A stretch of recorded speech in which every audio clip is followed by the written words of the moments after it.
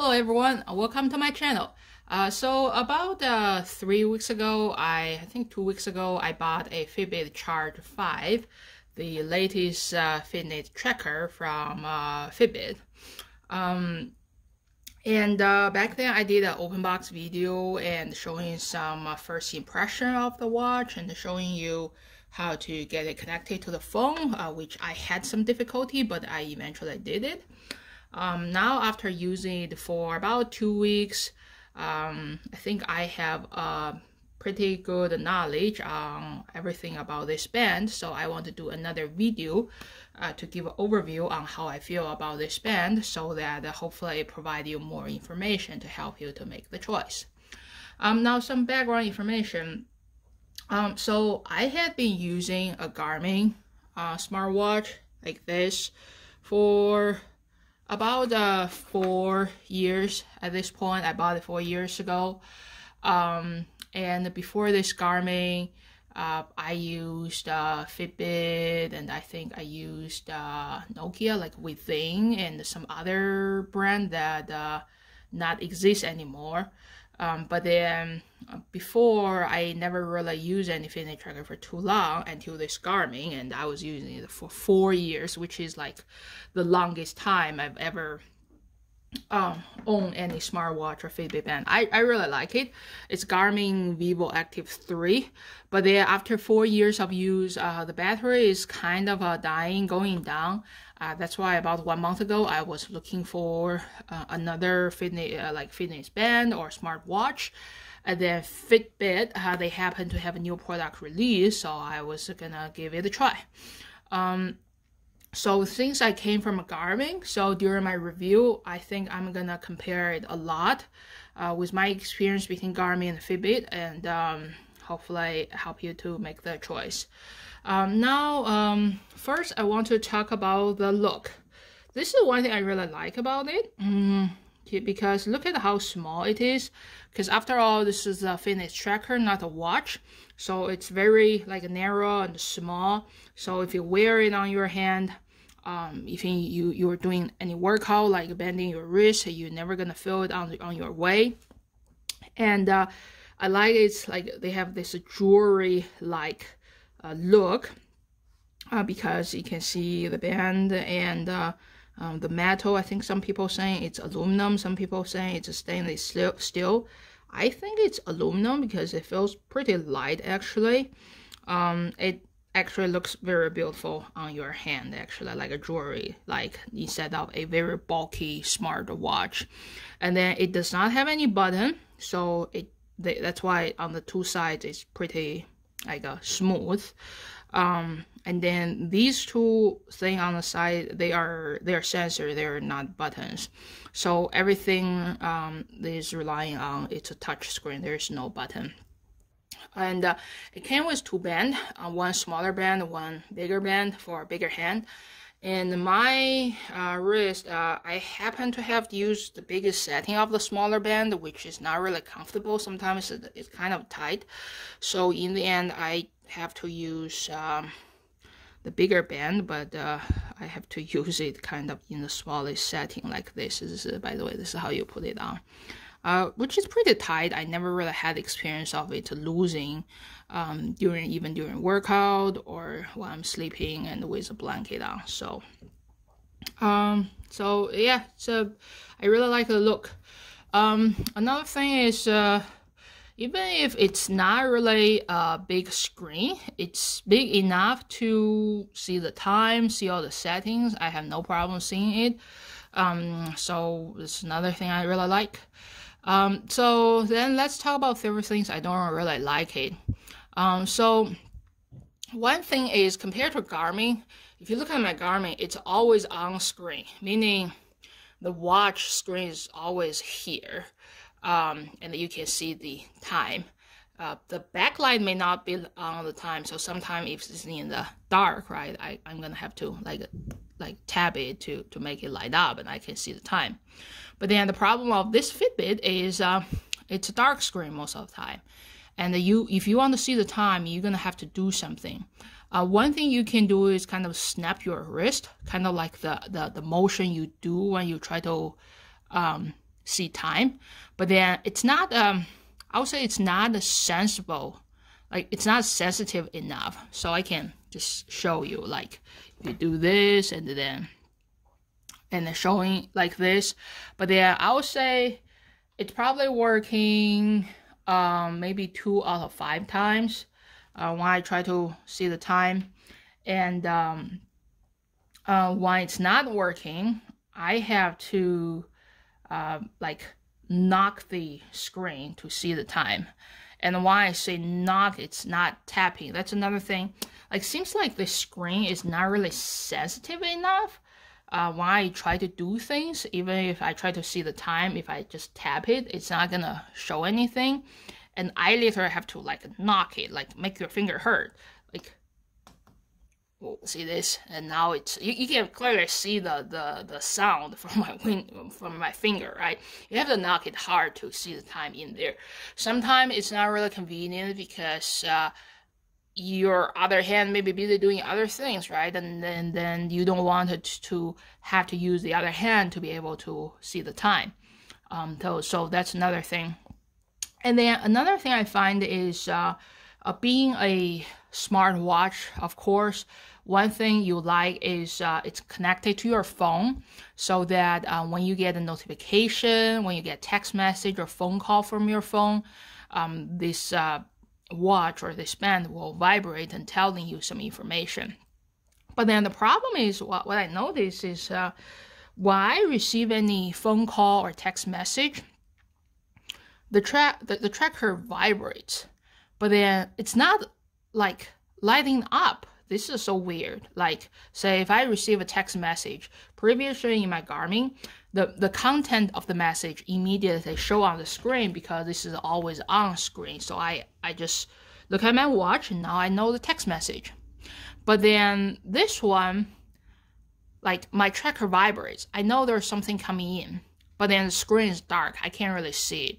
So, again, I have to like, see, I have to literally knock it to read my text message or to know who is calling me. I check all the settings and I thought, or I wish there should be a way to change that, but then it seems like there is no. So if you receive anything, it's not gonna let you see it automatically. You're gonna have to knock the screen to read it. So then talk about the screen sensitivity. As I mentioned, I have to knock instead of tap. And then another thing is, I think this way I can show you all the thing on my screen. It's a touch screen though. There's no button, meaning everything gonna rely on you swiping on the screen. And then I just find sometimes it's not really sensitive enough. I'm gonna have to do my swiping twice to do what I want to do. And I remember, this is, I haven't really put a screen protector on it, so whatever I'm experiencing, that's the true experience of their screen. And I can only imagine it's only gonna get worse if you want to put a screen protector on it. So I'm just gonna show you all the manual content so that you know all the knock. So alright, so the first screen is the time, and then if you swipe it to the left, there's a notification in there, and then here is where you start all the workout. I can show you all the options. You can actually, I think you are allowed to, they have a long list of different workout, but then you are allowed to, I think, put 5 or 7 of them in here. I can show you on the app later. It has most of the basic workout like walking, running, or treadmill, or riding bikes. One thing that's missing, which I actually use, is my rowing machine, like a rower. So Garmin has that rowing function, and it will tell you the number of strokes you do every minute, but then Fitbit doesn't even have that function. So and then again, if you go to exercise, and you can choose which way you want to do it, walking, the treadmill, workout, the run, bike, or spinning, and then you can choose which workout you want to start. Alright, these are all the exercise or workout mode you can choose on the band. I think you are allowed to add 6 of them. And if you have all 6, I don't think you see the plus sign, but now there's a plus sign in there. And I just want to show you all the mode in there. Swimming weights, and see all the thing in there. There are quite a lot of choice in there, but then there's no nothing for like a rower or like an indoor rowing machine. Start, and then alarm. You can set up alarm. I think some people ask me about if you set up alarm. I think there's also a smart alarm feature, meaning it will try to understand which sleeping cycle you are at, and trying to wake you up during a light sleeping cycle in a half-hour window. And supposedly, I think that may make you feel better instead of wake you up from deep sleep. I personally haven't used that feature, and I feel like if I set an alarm clock at a certain time, I want to be woken up at that time. I don't like my alarm clock to wake me up too early. And then there's a timer you can do. There's an EDA scan. I think it's supposed to be like a relaxing cycle. And you put your finger in there, it will guide you to do some deep breathing, and it will know the number of heartbeat you have, and then you are back to the watch. And then let's try up and down. You go up and down, there's some payment. This, I don't know what it is, DND mode. Sleep mode, screen wake up auto, which I'm doing, and water lock. This is another thing I want to talk about it. So this watch doesn't have a screen locking feature. So whenever you have a touch screen, like your phone, right? I think you want to have a screen locking feature to prevent you from accidentally swiping it or making any changes. Like my Garmin, and also you may want to make sure it's something easy, accessible. You can just do it. Like my Garmin, this is how you do it. It's like, I think you do it here. Yeah, you click this. Now the screen is locked. No one can change it. You do it again. Now screen is unlocked. But instead, Fitbit, I haven't really seen any feature that allow me to lock the screen. The only thing that might be related is this water lock. So the water lock feature, based on their manual, it's something like you can use during when you're taking a shower or when you're swimming, and the water gonna go around and swiping your screen and making some changes, and this water lock will prevent that from happening.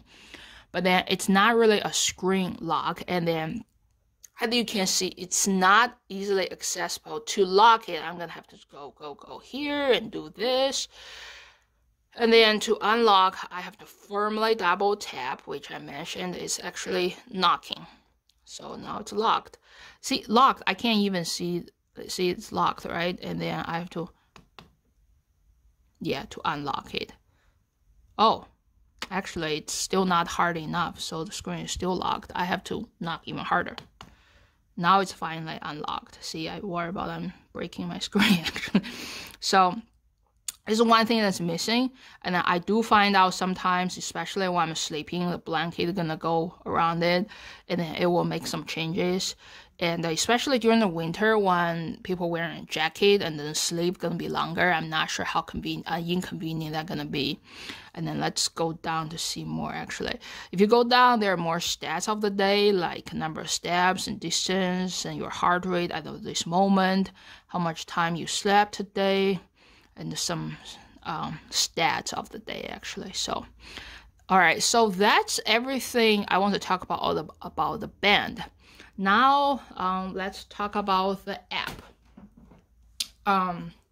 So the app, I would say, it's more of personal preference in there. Whether you're used to, say the Garmin app, or whether you're used to Fitbit app. So I don't want to be too judging in here.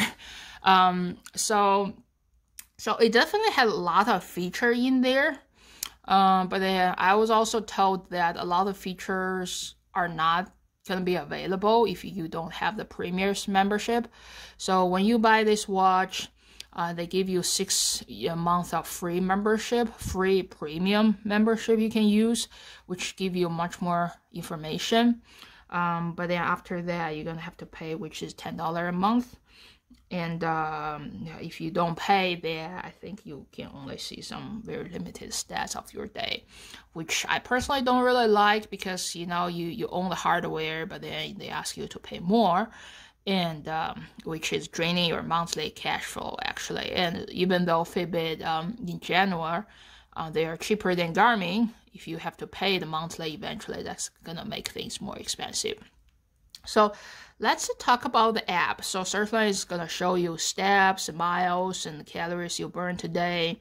And then the sleep in there. So I want to mention that the sleep session is automatically know you're sleeping. You don't really have to trigger anything, which I think every band is doing it nowadays.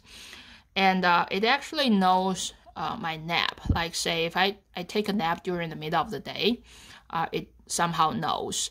And my Garmin, on the other hand, I don't think Garmin ever sensed my nap during the day. Garmin only sensed my a big sleep during the night. I remember during the 4 years when I took a nap, and the Garmin never recognized it. But however, Fitbit, even if it recognizes your nap, it doesn't recognize every time. So probably, I think it recognized maybe 7 out of 10 times. So if you look at the sleep sessions in there, I give you a score, and it tells you like how much you sleep, and your deep breathing cycle, and this chart going up and down, and like telling you different. I mean, in Garmin, it's just one flat chart giving you different colors, but this one's going up and down, which I actually prefer Garmin, but it's certainly personal preference. I think there's also it tells you your average heartbeat during the night, and the resting heartbeat. I actually own a smart bed. So my smart bed app actually tells the number of breaths and my heartbeat, average heartbeat during the night, which actually match the number here. So meaning it's kind of accurate actually. And then see, it knows my nap.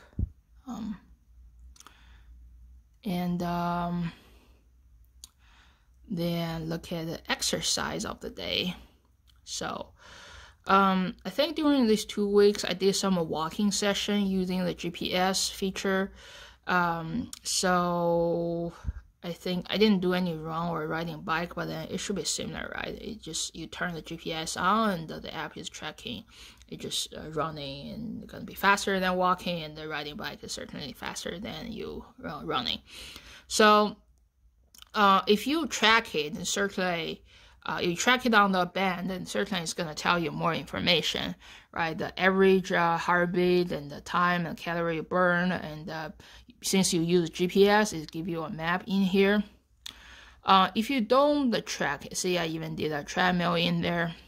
So if you don't track it on the watch, like this one, I didn't trigger it on the watch to tell the watch I'm gonna do a workout. I just walked. Somehow the band still knows you are doing a walking session, and then it will give you some basic information in there, the heartbeat or anything, but then certainly there's no GPS information because I think you didn't tell the band. So and then say let's look at this one. So there are more information. This is not a long workout, but then I think you get the idea. There's a default, there's a hard zone in there, there's a pace, right? Splits, meaning in each mile, what's your pace in there, and then your heart rate in there. So that's all the functions in here. Health metrics. I like this feature. It tells you number of breaths you did every minute and then heart rate, variability. I think this number is higher the better, which I learned from my Smart Bed app, but then somehow Garmin didn't tell you this. Skin temperature, oxygen saturation, resting heart rate, and I like these features, but then I believe these features are only available if you pay the monthly fee for Premier's membership, which is a downside of it. And then the resting heart rate. So all right, that's basically everything I want to talk about the app. So I think in general, my experience of this tracker, I would say it's neutral, meaning it's not very impressive compared to my 4-year-old Garmin. And I'm still deciding which way I'm gonna go. But then I think if you are a long-term Fitbit user, you have been using Fitbit brand for years, or if you are looking for your first Fitbit or first activity tracker, this is still a decent choice. But then for me, at this moment, I'm kind of feeling neutral about it, and I'm still deciding which way I want to go. All right, thank you for watching my video. Hopefully you find my review very helpful. If you like my video, please subscribe to my channel. Thank you.